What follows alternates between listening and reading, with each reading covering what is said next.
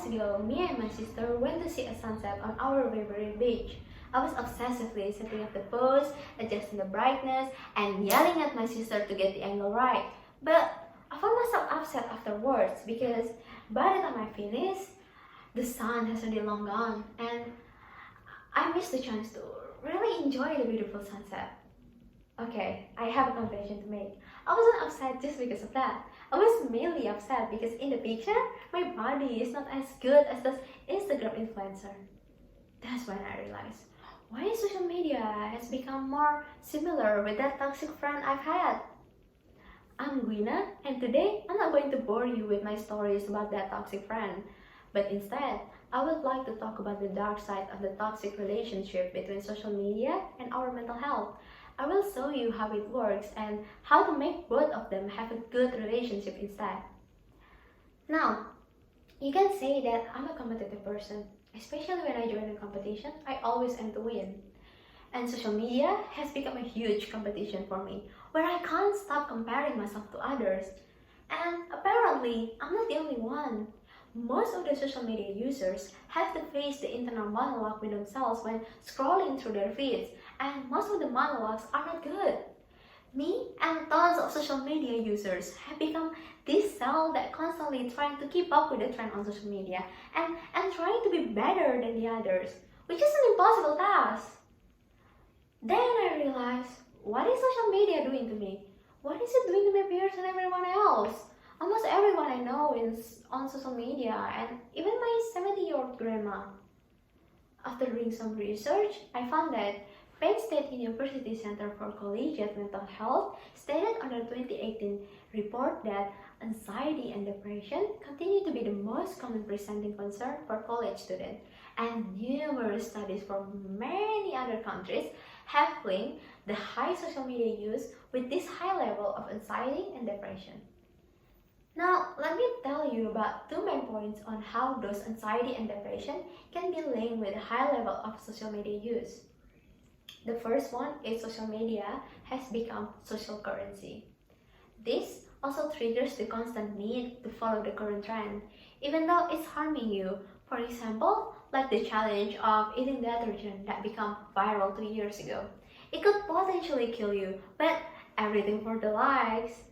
But these likes and comments could also trigger your anxiety and depression, as it is the social currency, and you don't feel valuable if you don't have those.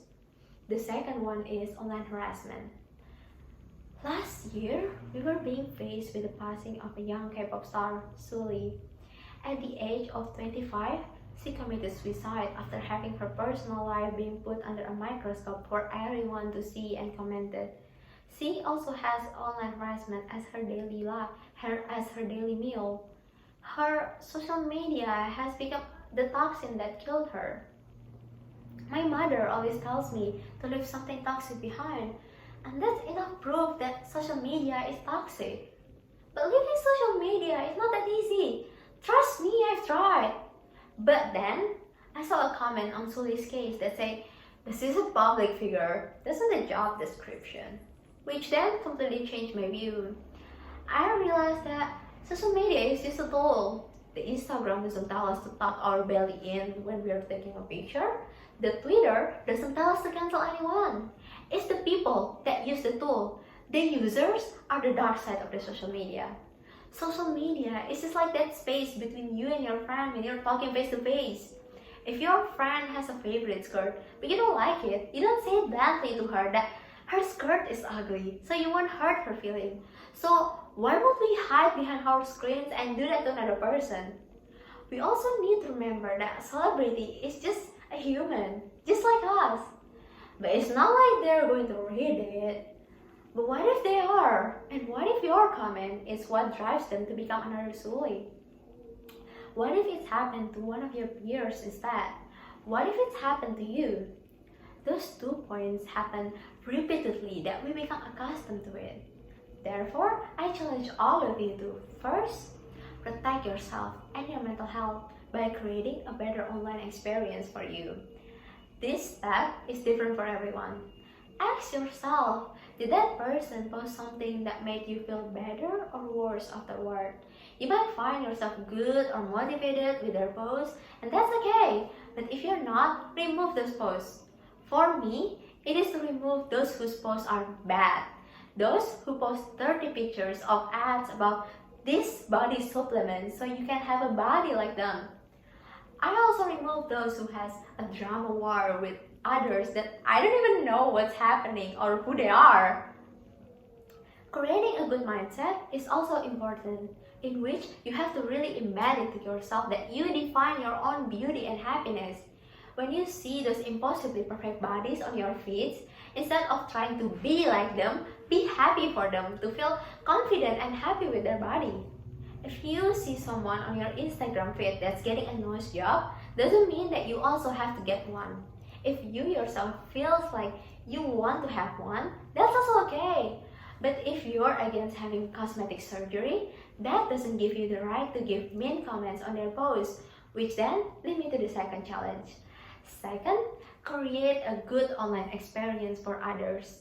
Condemn online harassment. If you don't have anything nice to say, don't say anything. Keep it to yourself. Social media is just a tool. It is entirely up to us whether we'll use it for good or not. I'm Gwynna, and together, I believe we can create a better relationship between social media and our mental health. Don't use social media less. Use it more intentionally. Follow people who inspire and motivate you. Engage with experts you can learn from. Create genuine and positive friendships. Just stop mindlessly scrolling, complaining, hating, and engaging in negativity and bitterness. Thank you very much.